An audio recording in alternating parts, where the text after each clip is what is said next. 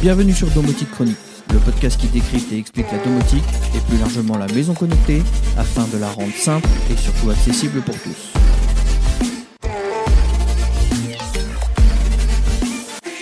De nos jours, la domotique est partout, même là où on ne l'attend pas forcément, comme dans un logement Airbnb. Gain en confort pour les hôtes et gain de temps de gestion ainsi que d'argent pour le propriétaire. La domotique a beaucoup de choses à apporter à votre Airbnb. Voyons ça ensemble dans ce nouvel épisode de Domotique Chronique. En effet, c'est un sujet qui peut paraître bizarre de prime abord, mais en fait, vous avez été nombreux à me questionner sur la manière de gérer ou de déployer la domotique dans un logement Airbnb ou une location au sens large d'ailleurs, car il n'y a pas que Airbnb.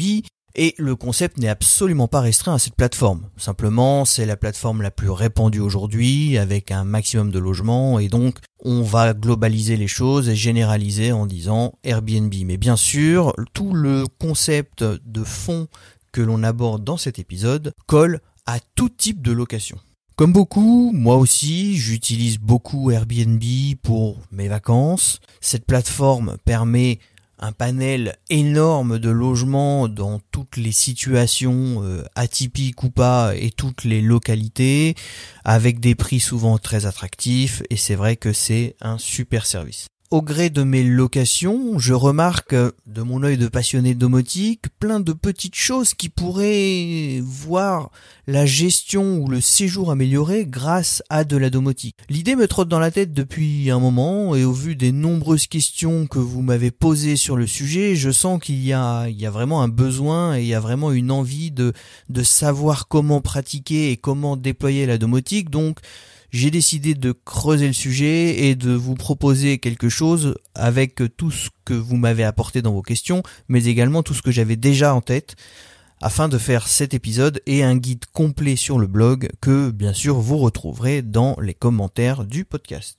Avant toute chose, bien que les possibilités soient nombreuses, je me risquerais même à dire sans limite ou infini avec la domotique, il convient de bien réfléchir avant de se lancer dans ce type de projet, car l'objectif n'est pas de contraindre votre hôte avec de la domotique, mais bien de l'utiliser à bon escient pour agir en toute transparence pour votre hôte, pour lui apporter du confort sans la contrainte de la domotique et de ce pilotage télécommandé qui ne peut pas forcément plaire à tout le monde. Ce n'est pas du tout ce qu'on veut dans ce type d'installation, et vous allez voir qu'il y a plein de choses à faire qui permettent à votre hôte de profiter de la domotique sans pour autant la piloter. C'est d'ailleurs un des concepts premiers de la domotique, apporter du confort en toute transparence, anticiper les besoins et ne pas avoir ce que l'on peut avoir aujourd'hui avec les smartphones, les tablettes et toutes les installations au mur pour piloter son installation. Alors bien sûr, c'est pratique, on parle d'installation avancée, mais attention, c'est souvent de l'installation personnalisée, customisée et qui colle à une personne, mais pas à un ensemble de personnes. Et donc dans une logique de location, il va falloir adopter une stratégie totalement différente et penser automatisation sans pilotage. Le principe, le concept historique de la domotique. Pour faire simple, oubliez les automatisations et autres scénarios complexes que vous pourriez utiliser chez vous, comme tout geek peut faire chez lui. Chez vous, c'est génial, ça vous est très utile, mais posez-vous la question et mettez-vous à la place d'un hôte qui n'a pas de connaissances en IT, qui n'est pas geek et qui n'a pas forcément envie de s'embêter avec ce type de technologie dans sa location et qui veut simplement profiter de son séjour sans avoir à ouvrir une application, taper sur un écran, rentrer des informations, bref, on en rentre assez toute l'année et je pense qu'en vacances on a le droit de couper et le droit à la déconnexion se pose aussi sur la domotique. Pensez simple et efficace car votre hôte, ce n'est pas vous. Il faut donc autant que possible évitez de donner les commandes à votre hôte, mais lui permettre et lui mettre à dispo quelques notions de confort, d'automatisme simples qui ont fait leurs preuves. La gestion automatisée du chauffage par exemple, la VMC, et quelques lumières, mais dans les pièces de passage. Je ne veux pas dire d'automatiser l'ensemble des lumières du logement, c'est une bêtise.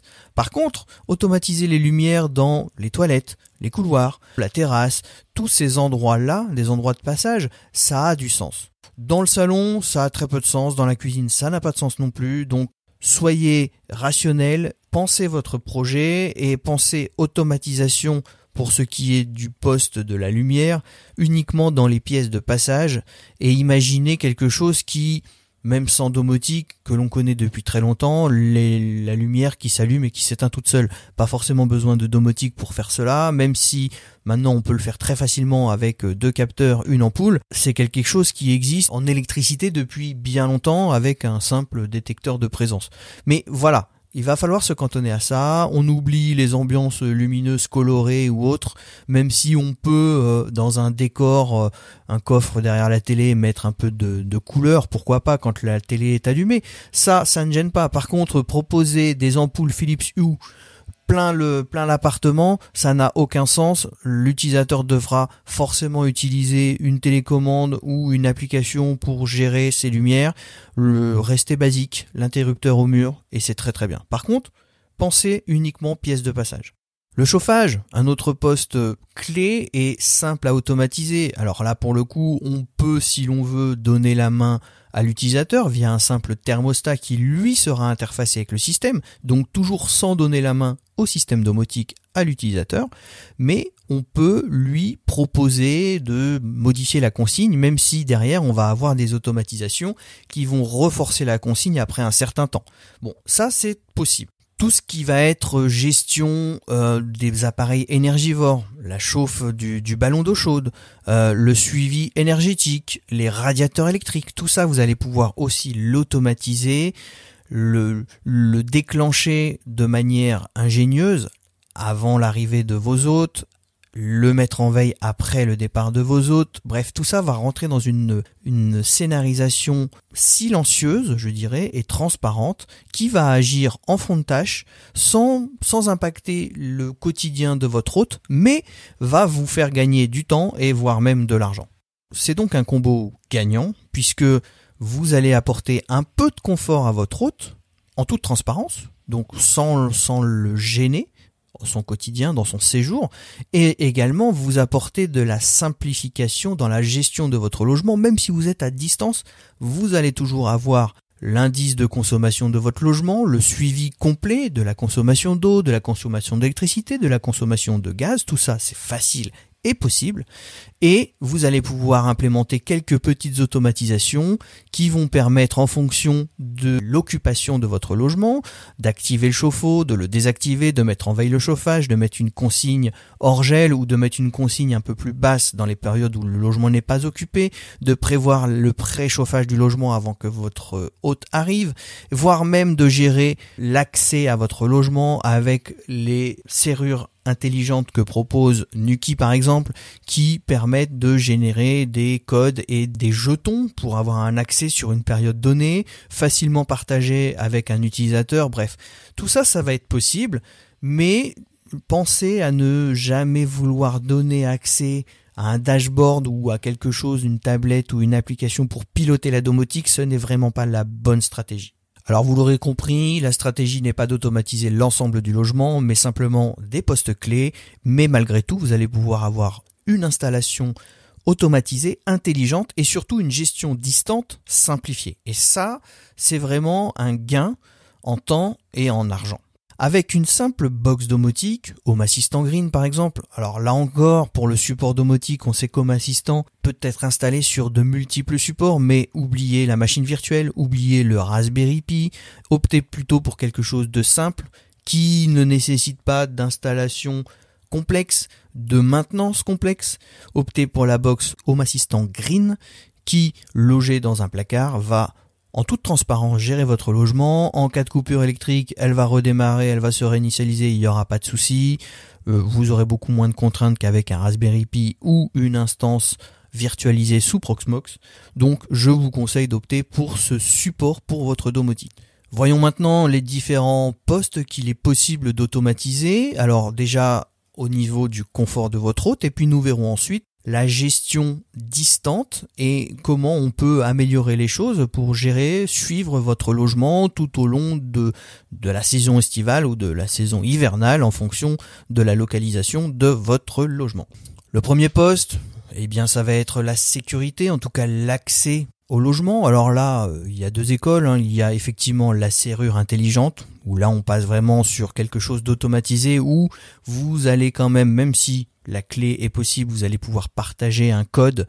Alors soit un code d'accès si vous avez un clavier, soit partager un jeton sur une application qui aura une durée de vie le temps du séjour, ou alors simplement à l'ancienne avec la bonne vieille boîte à clés. Il existe aujourd'hui des boîtes à clés connectées où pareil, à distance, vous allez pouvoir en fonction du rythme de location modifier le code, l'envoyer simplement par SMS à votre hôte et le tour est joué.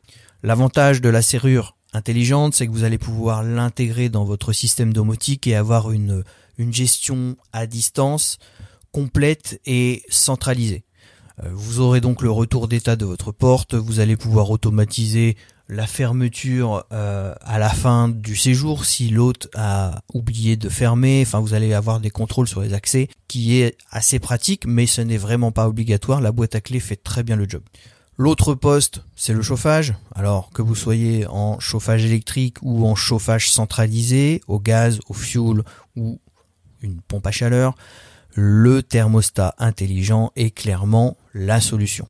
Vous allez connecter ça à votre système domotique pour, là encore, centraliser les choses, automatiser les choses en fonction de la présence de vos hôtes et gagner en confort pour votre hôte et gagner en argent pour vous, puisque vous allez pouvoir gérer facilement les périodes de non-occupation de votre logement pour baisser le chauffage. Vient ensuite le suivi des énergies, puisque vous savez, Home Assistant permet via le tableau de bord énergie d'avoir un suivi très complet de la consommation électrique du logement avec un petit boîtier directement connecté au compteur, donc vous avez exactement le même suivi que vous propose EDF sur votre facture au réel. Vous allez aussi pouvoir suivre les énergies liquides, l'eau ou le gaz, si aussi vous avez du gaz. Tout est possible et vous allez pouvoir avoir une gestion complète, voire même si dans votre logement, une maison ou un appartement, vous avez des panneaux solaires, ce qui est répandu et possible, vous allez aussi pouvoir suivre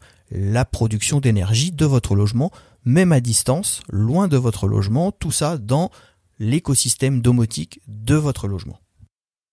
Vient ensuite la gestion automatique des lumières. Alors je le répète, il n'est pas question d'automatiser l'ensemble des lumières du logement. Ce serait une bêtise, il faut vraiment viser les pièces de passage, comme on les appelle, les couloirs, les toilettes, les KGB, les placards, les caves, les garages, tous ces espaces où vous allez simplement passer. Ce ne sont pas des pièces de vie. Là, vous pouvez avoir une logique de minuterie et d'allumage sur présence.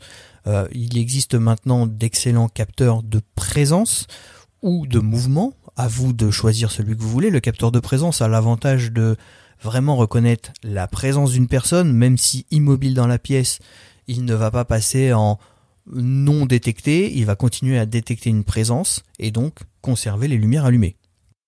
Tout ça va vous permettre d'avoir une logique de temporisation et d'automatisation. La personne entre dans la pièce, elle est détectée, la lumière s'allume, la personne sort de la pièce, 30 secondes après, on coupe la lumière. Pas besoin d'appuyer sur un interrupteur, pas besoin de chercher cet interrupteur, la lumière s'allume directement, gain en confort, simplicité, pas besoin d'accès au système domotique. On pourra également gérer l'alimentation d'appareils énergivores, le chauffe-eau, avec un simple module connecté dans le tableau, comme on l'a déjà expliqué dans un guide. Vous allez pouvoir facilement piloter la chauffe ou l'arrêt de chauffe du chauffe-eau, de sorte à préchauffer le chauffe-eau avant que vos hôtes arrivent. Et surtout, si vous avez une location qui prend fin et que vous n'avez pas de nouvelle location avant 2, 3, 4 semaines, voire plusieurs mois, vous allez pouvoir simplement, même à distance, mettre en veille votre chauffe de chauffe-eau et donc faire des économies. Tout ça grâce à la domotique. Cela va de même avec le sèche-serviette et tout autre appareil, le réfrigérateur, le congélateur. Vous allez pouvoir simplement à distance, en mettant des modules dans les prises, pouvoir mettre en veille votre logement et donc faire des économies d'énergie puisque votre logement n'est pas occupé. Aucun intérêt de garder tous ces appareils alimentés pendant plusieurs semaines inutilement. Enfin, vous pourrez également relancer la mise en service de ces appareils quelques jours avant la présence d'un nouvel hôte et relancer tout le logement pour que quand votre hôte arrive, tout soit prêt pour lui. Pour le protocole domotique, on choisira sans grande surprise le Zigbee. L'ensemble des postes que je viens de vous énoncer, lumière, gestion du chauffe-eau, gestion du sèche-serviette, gestion du chauffage électrique à fil pilote, tout ça peut se faire en Zigbee simplement avec des modules accessibles, très peu chers et simples à mettre en œuvre. Le Zigbee est un protocole éprouvé, sécurisé, qui marche très bien et qui donc s'intègre parfaitement avec Home Assistant. Le tout, je le répète, pour une gestion en toute transparence, automatisée à 100% et sans accès à l'utilisateur final, en tout cas à votre hôte, pour déclencher les appareils. Voyons à présent la gestion à distance, la gestion intelligente du logement Airbnb grâce à la domotique Home Assistant. Dans le guide que je vous ai proposé sur le blog, je détaille tout un tas de tableaux de bord, en tout cas de modules que j'ai créés qui vont vous permettre en un coup d'œil avec un simple tableau de bord de connaître l'état de votre logement, l'état d'occupation, le planning, les différentes constantes de votre logement, les différents états des appareils, tout ça sur un même tableau de bord pour avoir une gestion centralisée, déportée et à distance de votre logement très simplement. Sans surprise, on va y retrouver la gestion de la serrure connectée si vous en avez une, la gestion du chauffage, les différents appareils, la gestion des éclairages, toutes les automatisations configurées pour déclencher les lumières, arrêter le chauffe-eau, le redémarrer, couper le sèche-serviette, déclencher la VMC si l'hygrométrie est au-dessus d'un certain seuil dans la salle de bain ou dans la cuisine. Bref, tout ce qu'on fait assez basiquement à la maison, vous allez pouvoir le reproduire dans votre logement Airbnb très simplement via Home Assistant et avoir le reflet de tout ça dans un tableau de bord dédié. Vient ensuite la gestion du logement. Alors là, on va avoir dans le tableau de bord un module gestion du logement qui va donner une information relative au calendrier, puisque Home Assistant propose un calendrier relativement puissant que vous allez pouvoir interfacer avec votre calendrier Airbnb, Google ou autre, le calendrier que vous utilisez pour gérer vos locations. Vous allez pouvoir l'interfacer et avoir le reflet dans votre système domotique. Tout ça va vous permettre d'avoir les informations, période d'occupation, nombre de personnes sur la location en cours, prochaine location en cours, quand est-ce qu'elle aura lieu, combien il y aura de personnes, et avec ça vous allez pouvoir prévoir tout un tas d'automatisation derrière. Bien sûr, la domotique est sans limite, c'est une base, mais vous allez pouvoir aller encore plus loin que ce que je vous propose ici. Information simple et rapide sur l'occupation du logement, information simple et rapide sur la prochaine période d'occupation, ou la prochaine période creuse, et avec cela vous allez pouvoir déclencher toutes les automatisations de mise en veille du logement très simplement par exemple. On peut y intégrer aussi une notion de check-in, check-out. Bien souvent vous avez une personne, une conciergerie ou autre qui va faire relais et qui va s'occuper de la remise des clés, de l'état des lieux du logement. Et bien cette personne, on va pouvoir aussi via un bouton, un interrupteur ou lui déléguer un accès à une application restreinte, la possibilité de dire voilà, les personnes ont quitté le logement, tout est ok, je fais le check-out validé, et là vous déclenchez d'autres automatisations qui vont conditionner le logement pour la prochaine location ou le mettre en veille puisqu'il n'y aura pas de location avant un certain temps. Tout ça c'est possible simplement via un simple interrupteur vers la porte quand la personne qui fait le check-out sort. Elle appuie sur ce bouton, sur cet interrupteur, et ça déclenche toutes les scénarisations qui sont mises en œuvre dans le système domotique. C'est un exemple, c'est pas obligatoire, mais voilà ce qu'il est possible de faire aussi avec la domotique. Enfin, dans ce guide très complet, je vous détaille la mise en œuvre, je vous montre comment faire, je vous propose même le code YAML si vous voulez vous en inspirer, le télécharger, le copier-coller dans votre installation pour reproduire la même chose. Je vous propose également les différentes automatisations que j'ai mis en œuvre au sein de mon logement Airbnb, et avec ça, vous allez voir que c'est assez simple de gérer son logement à distance sans problématique particulière. Le tout via l'application mobile Home Assistant qui est super bien faite, et vous allez même voir dans le guide, je vous mets, si jamais vous avez plusieurs logements via plusieurs instances ou via la même, vous allez pouvoir aussi les intégrer dans l'application compagnon et facilement switcher sur la même application Home Assistant d'un logement à l'autre, où vous allez reproduire la même installation ou presque, en tout cas la même structure, et donc vous allez pouvoir gérer tous vos logements depuis une seule et même application. Et ça, c'est grâce au pouvoir de la domotique qui permet de tout centraliser, de donner un peu de confort en plus à votre hôte qui sera ravi parce qu'il passera un séjour encore plus agréable, et vous allez pouvoir gérer votre logement à distance même si vous êtes à 700 km. Ça, c'est un vrai point fort et ça fait partie des choses que j'ai détectées dans mes différentes locations après avoir discuté avec vous qui avez des logements Airbnb et qui cherchaient justement une manière de centraliser la gestion et d'avoir un retour d'information sur vos logements. Eh bien, ce guide et ce podcast vous donnent pas mal de bons tuyaux et de pistes à explorer pour faire de même chez vous et gérer votre logement intelligemment, même à distance. Voilà les amis, pour plus d'informations complémentaires, je vous renvoie vers le guide que je mets dans les notes du podcast. Je vous mets aussi quelques guides annexes sur la gestion par exemple des ouvrants avec la dernière serrure Nuki qui est vraiment très performante et qui embarque même un service.